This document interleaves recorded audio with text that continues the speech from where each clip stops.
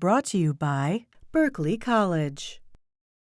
Welcome back to Life and Living. She's a foodie in every sense of the word, and she's built a successful career around her passion for food. She's Rachel Weston, food writer and culinary educator, and author of the book, New Jersey Fresh, 4 Seasons, From Farm to Table. Welcome to the program. Thank you so much for having me.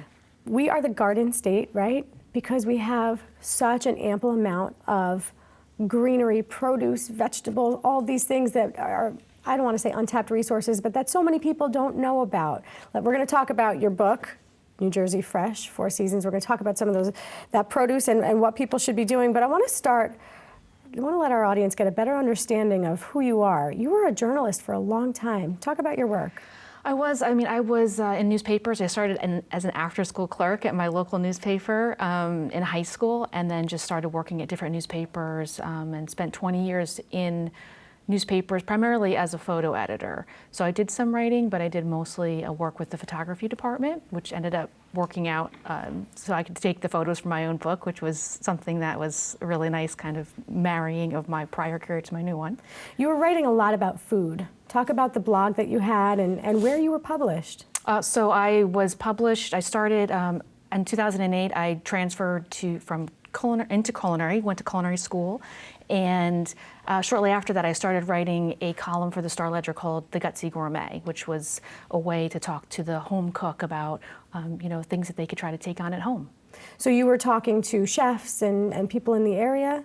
Talking to chefs, talking to people who are home cooks, farmers, cookbook authors, anybody that I could get some information about some either new or old techniques that people should try at home and not be intimidated by cooking. Where did your love for food first come from?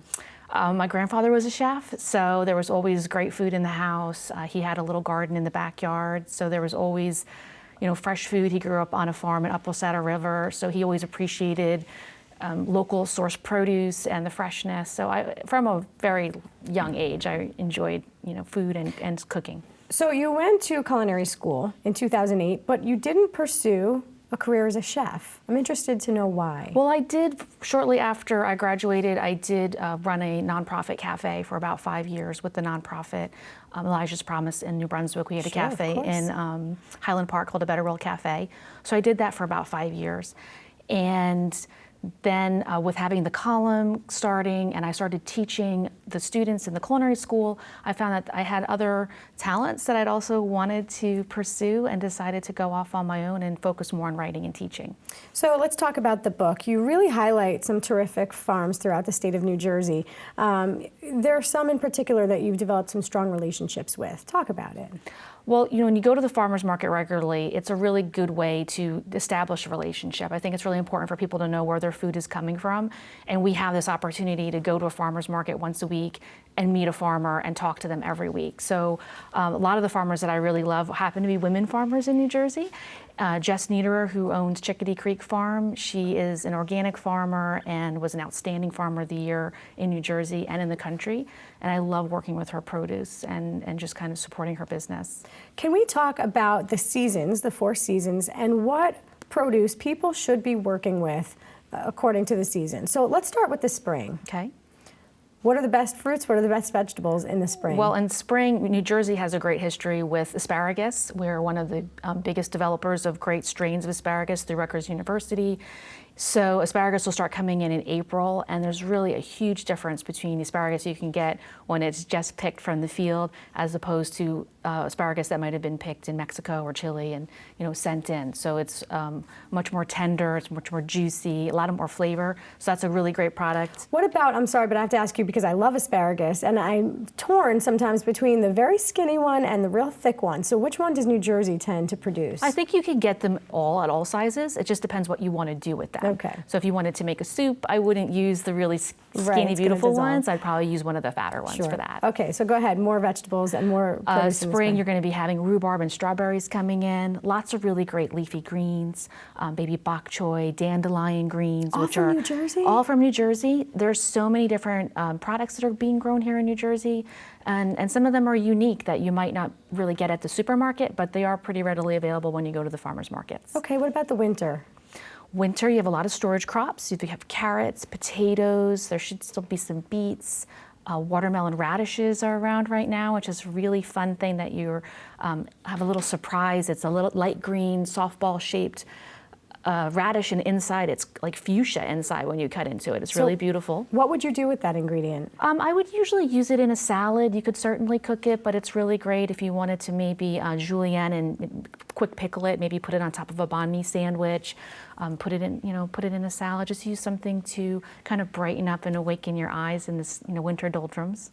Right. We need our food to look appealing, Absolutely. right? It needs to look exciting, and we want to eat it. Absolutely. Okay, talk about the summer months. Summer, obviously, we have to talk about Jersey tomatoes. Yes.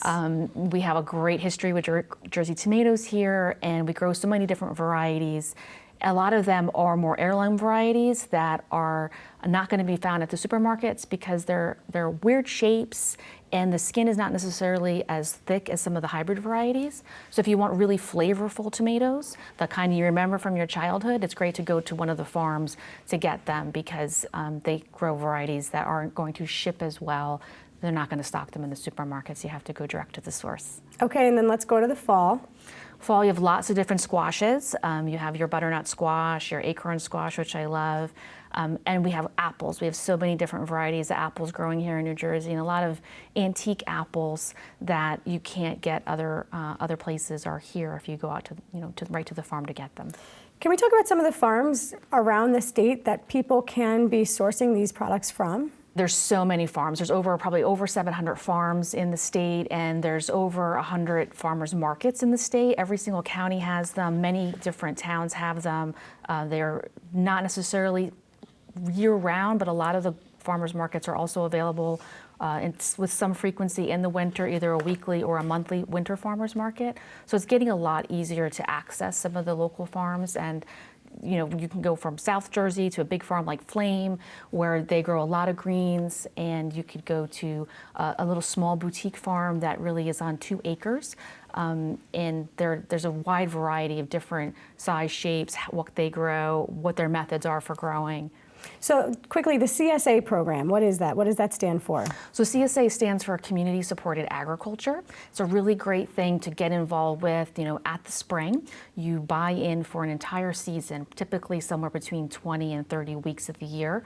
You make a payment at the beginning of the season, and that entitles you to a weekly share of produce throughout the entire season. So when spinach is in season in the spring, you're going to get that. And when the tomatoes start coming, you're going to get tomatoes. When the squashes come in the fall, you're going to get squash. You get a great mixture of everything that's fresh and delicious from the farm and delivered to a convenient location, either your home or someplace that's nearby your home where you can go and pick up. Okay, and last question. For those who want to garden at home, what is your advice for them? How should they approach it? Sometimes, for those who haven't started it can be intimidating. Just go out and try. Yes. It's really not that hard. There's some really great crops that you can grow easily. Beans are a great starter crop. They start easy. You can get them in all different fun colors: purple, yellow, red.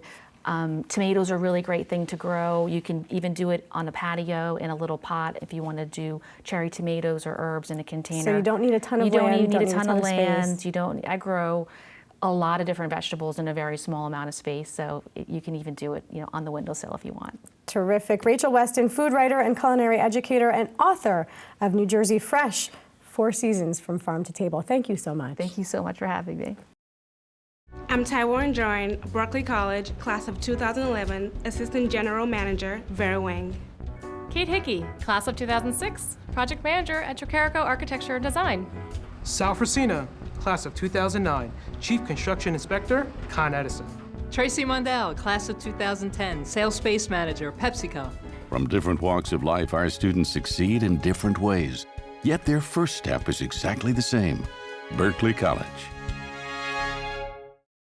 Also brought to you by New Jersey Resources, Horizon Blue Cross Blue Shield of New Jersey, and by the Russell Berry Foundation.